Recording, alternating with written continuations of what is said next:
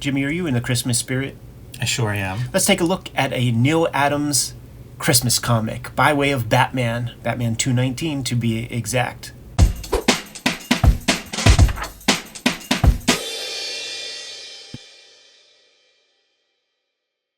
Welcome to your favorite YouTube channel, Cartoonist Kayfabe. My name is Ed Piskor. I'm Jim Rugg. I believe it was actually a backup story in Batman 219. The Silent Night of the Batman is going to be the focus of today's episode of Cartoonist Kayfabe. But up front, you must know that we are a daily YouTube channel with more than 1,500, 1,600 videos in our filmography. As we speak, we might have talked about your favorite comics. We might have talked about your favorite Christmas comics. So go on to the magnifying glass on the front of the Cartoonist Kayfabe YouTube channel. Give it a search for your favorites and check out those episodes. We have a Patreon, and the King Kayfabers on the Patreon are getting first access to all the comics that we're talking about in our videos. We deliver them the fully edited videos before anybody else, but there's a good chunk of them, 2-3 dozen of them hanging out with us right now in our live stream recording session. So they're able to watch us make these videos in real time, essentially, if you're up early enough or late enough, depending on your geography. Jimmy, let's get started. Your version of this story is in Christmas with the Superheroes, a 1988 collection of a bunch of odds and ends from DC Comics. Including Frank Miller's first Batman story, which we do have a video of, also a Christmas story. So Yes. if you're in the spirit like us, check that one out whenever you're done here. Michael Fleischer written, Neil Adams drawn, The Silent Night of the Batman. Jimmy, in the original Batman comic, which I was looking at a scan of in order to read this, I don't have this comic. It is there are a lot of these Neil Adams comics from the 60s and the early 70s that are the tipping points. They are the zeitgeist changer comics. He has a couple X-Men comics that are this way, where this Batman comic in particular, the A story is written by Frank Robbins, drawn by Irv Novick, inked by Dick Giordano, and is just status quo Batman comics. And then you get to the Neil Adams stuff, and it is radically different, down to the color. There are X-Men comics out there that it would be Neil Adams drawing the premiere story, and then it would be a backup story drawn by Arnold Drake or Werner Roth. That's like the origin of Cyclops, and a story before he became a part of like the X Team and stuff. And you get to see the dramatic difference between where the art of comics was and where it was going, and it would be these single issues that would give you both, man, dipping the toes in both, because it's not like there was so much of this Neil Adams looking shit. He was the guy who was making comics that look like this, and the other stuff was like, just churn and burn, hack work. Yeah, the early Neil Adams, it's almost like that's the template that then changes people that follow him. Totally. So in the beginning, that's the only guy that's drawing like that. The Jim Aparo Batman is pulling more from Neil Adams than it is Irv Novick. Now, it is noteworthy, this is a 1988 recollection, collection of these comics. I looked at a scan of the OG from Batman. The color is dramatically different, which is a bummer, because it was so clear that the color on the original was kind of continuity studio stuff. Like all of the arguments that we've ever heard Neil Adams bring to the culture of comics, of like, why can't we use this color or that color? All those colors are used. And so you get great dramatic lighting on these principal characters here, with like just colors you never seen in comics. The sky is an interesting blue that you never see, and then you see where this is just kind of like a by the numbers. The colorist is just like, we'll make this building this color, this, with no information about lighting or the night sky, really. It's just flesh with the night sky. Neil Adams is instructing the color separators to go a certain direction. It makes me wonder, like, why they switched that stuff. Like, was it a matter of they just didn't have the original films right on that stuff? Because it just, I don't know, it's weird to recolor it. And then even, like, if you don't have the film, why not at least base it on that original one? Right. That said, let's jump into the actual nuts and bolts of what we do have here. Once again, written by Michael Fleischer. And when you have a story like this, I actually think, it's almost even the page count. The Will Eisner Spirit stuff is 7 pages, the big splash.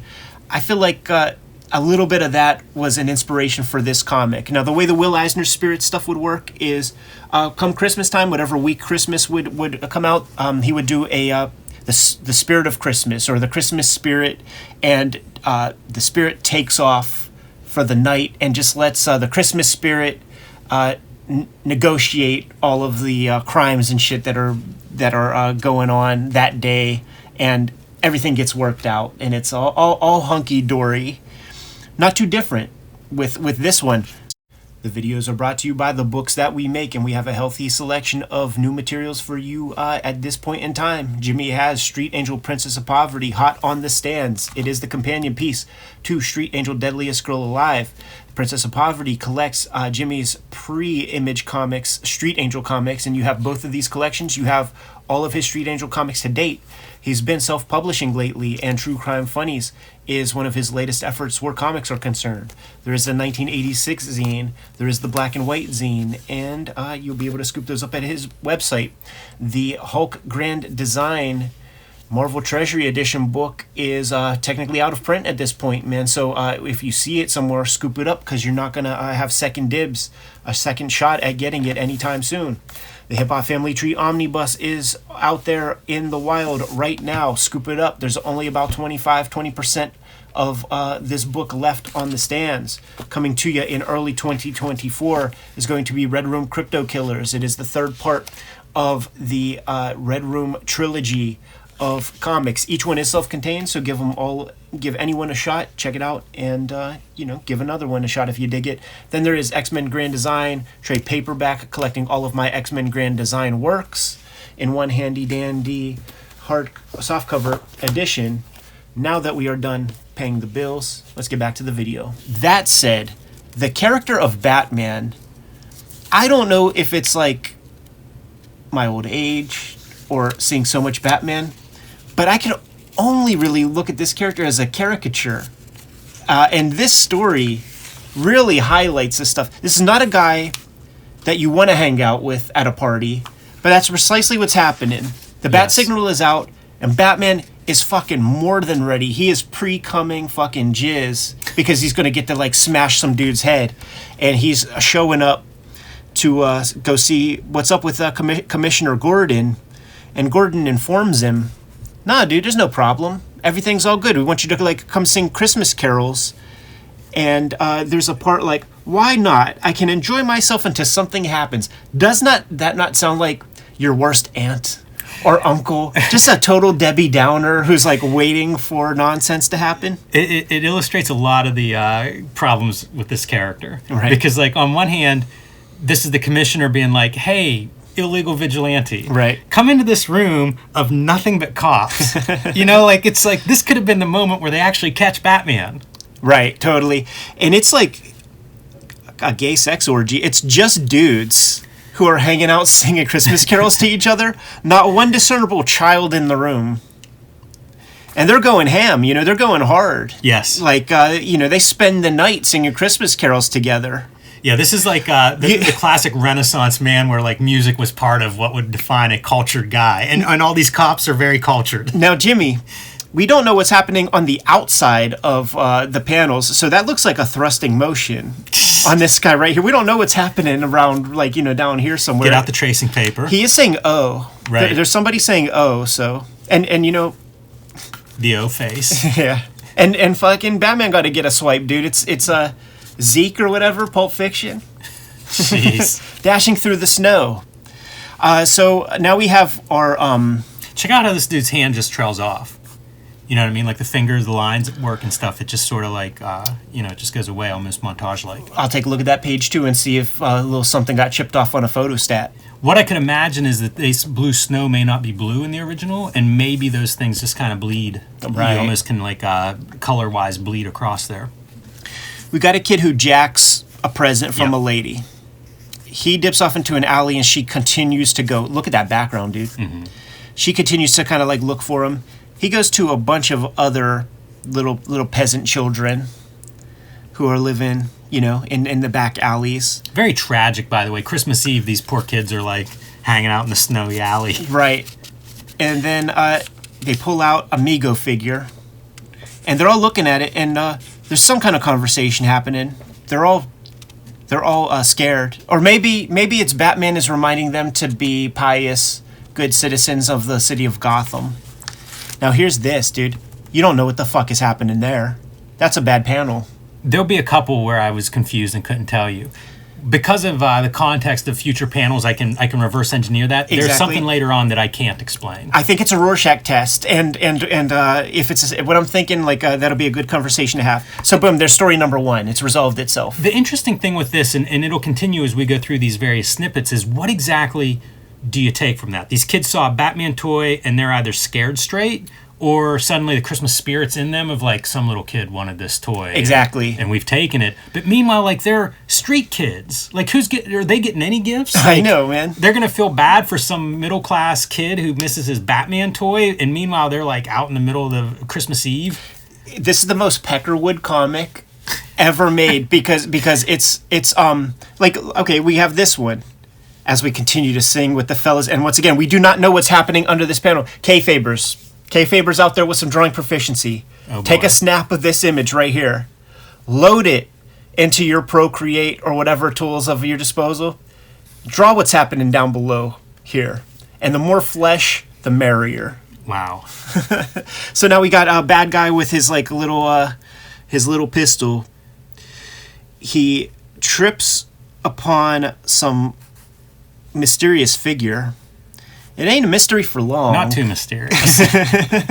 But then when he turns, it looks like that Mort Weisinger era like Superman comic where you get all the different versions. You got like a Santa Claus with a Batman cowl. He's blind though, and says support Wayne Foundation Christmas Drive for the Blind. So the guy, that's all it takes for the dude to look at his pistol after pulling a caper. He's running from something, and he's like, you know what, man? I'm gonna get me a different line of work. Throws the pistol away. Is this the proper, Jim? You fucked with guns.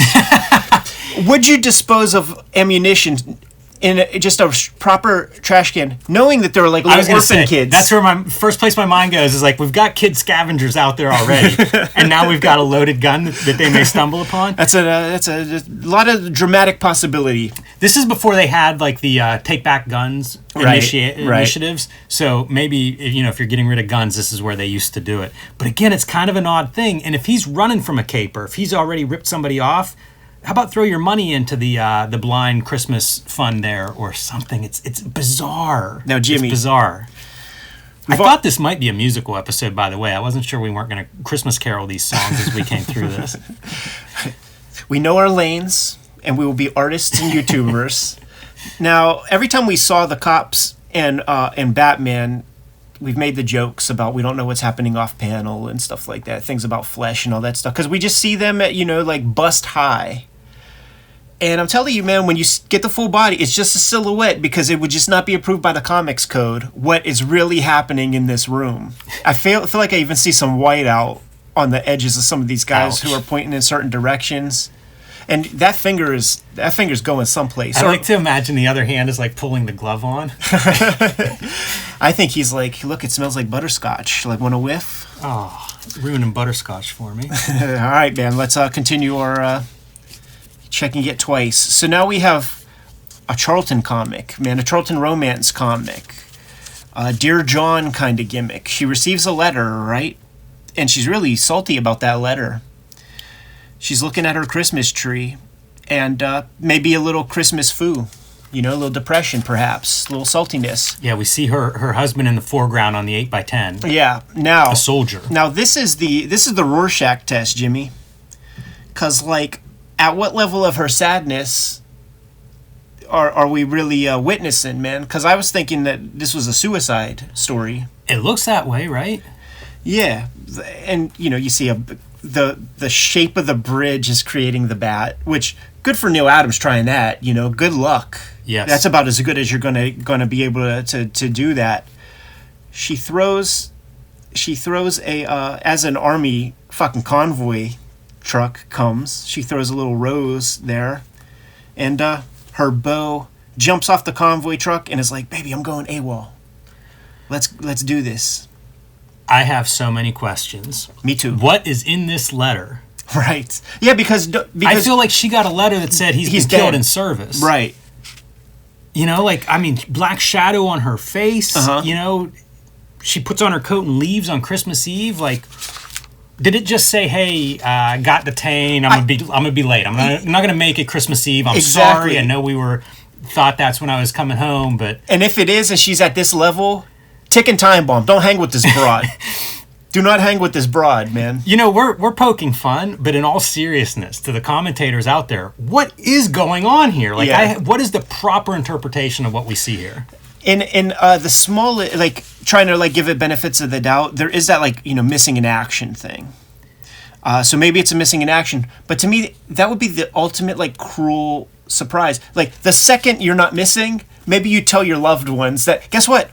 I'm found. Yeah, before you hop on the airplane, it's going to fly you back to the U.S. and then get on the truck. You could also do it then. Once you're back in the U.S., I know long distance can be a problem back then, making calls. Send a wire. Yes. Yeah, your poor wife's at home thinking that you're either dead or not coming home for Christmas. And she's about to, you know, it's about to become a Greek tragedy. And he shows up just in time. I also don't know what the buy a flower and throw it in the river thing is. Is that a custom of some sort I'm unfamiliar with? Yeah, I don't know, man. Maybe the old heads would know. There's some odd stuff. Part of the reason I wanted to do this story is I was looking for a Christmas story. Yes. This is very highly regarded. If you start looking for like comics, Christmas stories, this one will come up on every list. People are silly. And it's bizarre to me. Yeah, it's over the top saccharine. It's Douglas Sirk melodrama throughout this thing. But let's continue, man. Okay. Silent night, holy night, all is calm, all is bright. We still don't see the bodies of the guys, and they are all in ecstasy. And Batman is the lucky Pierre in the middle, who's gets his shot, man. He gets his pick of the litter. All right, so a couple things. I love the lettering throughout. When they do all the song lyrics, very beautiful. Look at the city and how it's drawn. I love that. It's so... I mean, these are just square blobs. You know, I think of Neil Adams as being this like photorealistic style, but he's also able to bend that in ways that are amazing cartooning. That's a part of his toolbox is to take that kind of stuff and abstract it in a way. Yeah. And it really pays nicely, I think, in this panel. Good display of it. I would say that this panel right here is this is the closest to the status quo of the day type stuff. The way the Batman looks. And this is early for his run, you know, like it was a backup feature. It wasn't the principal work. But this is close to like what Irv Novak was doing at the time, to be honest. And now you got this like, when this happened, I'm like, oh shit, are we gonna get a Christmas Carol? Like a bunch of ghosts and stuff? And if not, like, did they ever do that issue of Batman with some fucking Ghosts of Christmas Past? Because this dude is afflicted. This dude has terrible depression. Like, there is a lot wrong with the character of Batman. What was that previous panel? Yeah. What is that ghost that looks like Commissioner Gordon? That's the question, man. It's bizarre. It's almost like you had two different scripts or something going on here. Right. Or fights between the writer and artist on this story. Oh, shit. You know what? It wasn't Michael Fleischer writer. It was Mike Friedrich. Okay. Is Mike Friedrich the Star Reach dude? It was Michael Fleischer who sued Gary Groth and Harlan Ellison, and who I associate with DC Comics with the Jonah Hex and the Spectre. And Gary Friedrich is the Ghost Rider creator? Gary Friedrich is the Ghost Rider dude, and I think it's Mike Friedrich is the Star Reach guy, which I don't think I knew that he had an association with DC, but I know that he had like an administrative gig with Marvel for a while. Very like small blip. Very interesting. Yeah, it's a very strange story. I enjoy Batman singing Christmas carols with the boys. Right. It feels like that's a good. He enjoyed that. But then, like you say, you get to this end, and this is in a lot of ways the pathos of Batman, where it's like he's like snaps, right? Like midway through caroling and no action, right. By the way, like a pretty good night for him. He's suddenly like shadow boxing in the middle of the precinct. Yeah, dude, he's touched, man. Like, we need his brain. It's got to be donated to science afterward, because we need to study CTE a bit more. He took a couple of kicks to the head from Ra's al Ghul and shit. Yeah, very, very, very true. Also, that foreshortened foot, it doesn't work. Like, this is the kind of foreshortened foot that McFarlane does a bunch, when it's just kind of like over top of the ankle, and it doesn't exactly read. You got to kind of like have that foot come out a bit. It's fascinating to think of Neil Adams as an influence on McFarlane. I never think of that, but of course McFarlane must have looked at Neil Adams. He's one of the most influential guys out of the 70s. This is fun. This is sort of like your staff, all signing off. And Mark Waid tells a story about putting this issue together, which I guess makes him editorial at that time. I had no idea he was DC editorial for a while. Yeah. But kind of funny, because he talks about being in his apartment on a lonely Christmas Eve with his 12,000 comic book back issue collection and just pulling out Christmas stories and stuff. And that's kind of what I was doing here. And maybe we'll do another Christmas story, a little more spirity Christmas. I know the exact one, man. And I'll prepare the Kayfabers. It'll be a Barks book, and it'll be a Christmas on Bear Mountain, which is the first appearance of Uncle Scrooge. We have a couple Barks ones. But we do have a couple Barks. That one. There are many Barks Christmas books, I promise you. One that I was thinking of is, I just found it, was the Keith Giffen Trencher Christmas, which is like, I think he's done about 6 books in that style. And we did the Lobo joint. Yes. So we may be a bookend to the Lobo joint. But Neil Adams doing a Batman Christmas, how can you go wrong? Totally. Well, you can, as we have illustrated, but... Certainly entertaining. It makes for a fun episode of Cartoonist Kayfabe. Jimmy, if you're good to go, I'm good to go. One last thing. Merry Christmas, Kayfabers. Ho, ho, ho. Kayfabers, like, follow, subscribe to the YouTube channel, hit the bell so that we can notify you when new videos are available. We are a daily YouTube channel, and it is possible we talked about your favorite books. So hit the magnifying glass on the front page of the Cartoonist Kayfabe YouTube channel. Give it a search for your favorite titles. If we did not talk about your favorite comics yet, you have to let us know in the comments what those comics are, so that we can push them a little bit higher on our to-read pile, so that we can get to those comics sooner than later in our coverage. We have a Patreon, and the King Kayfabers on the Patreon get access to all the videos before anybody else, mitigates the kayfabe effect, and the subscription by way of the Patreon, it pays for itself. The very first time we talk about a book that you want to get, you sleep on being a King Kayfaber, you go to the aftermarket and you realize you got to pay 5x, 10x what the book is typically going for. Subscription pays for itself. Ultimately, the videos are brought to you by the books that we make, and it's been a pretty fruitful year, 2023, for the Kings of Kayfabe. And the Hip Hop Family Tree Omnibus is out in stores right now.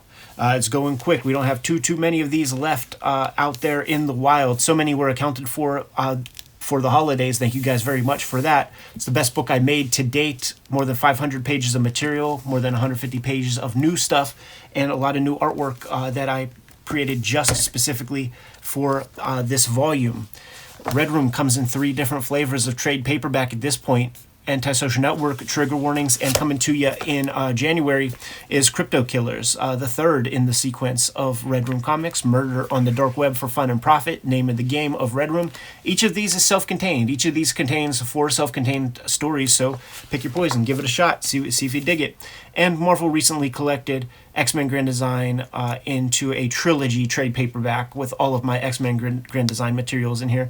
Very easy, convenient way to get all of my X-Men Grand Design works. Jimmy, what do you have? Street Angel, Deadly Squirrel Alive, and Street Angel Princess of Poverty are my latest releases from Image Comics. These are available wherever you buy books or comics, and they collect all of my Street Angel comics, the Street Angel Princess of Poverty, everything up until Image. So it's mostly black and white line art, kind of the traditional pen and ink drawings throughout there. Street Angel, Deadly Squirrel Alive, all mixed media, full color stories. They're all complete stories in both books, so start with either one, whichever you can find at your local comic shop. I've also been self-publishing. True Crime Funnies collects some nonfiction stories, both true crime and wrestling in nature. And you can pick that up on my website, or you can read it on patreon.com/JimRugg, along with the BW zine celebrating the black and white explosion of the 80s, and the 1986 zine celebrating the greatest year in comics history. And finally, the Hulk Grand Design, my contribution to Marvel's Grand Design series of books. This one celebrating the Hulk, and it is out of print at the publisher and distribution level. So pick this one up while you still can from your local store if they have one, because once it's out of print, it may be very hard to come by. Book sales are the most important step to kind of keep the Kayfabe channel solvent and functioning, but there are some other ways to support the Cartoonist Kayfabe channel. Jimmy, if you let the people know. Subscribe to the Cartoonist Kayfabe e-newsletter at the links below this video. You can also find Cartoonist Kayfabe t-shirts, merchandise, mugs, hats, stickers, and lots more at our spread shop. That link is also under this video. There you have it. Many ways to support the Cartoonist Kayfabe channel. Jimmy, if you'll give the people their final marching orders, we can all be on our way. Read more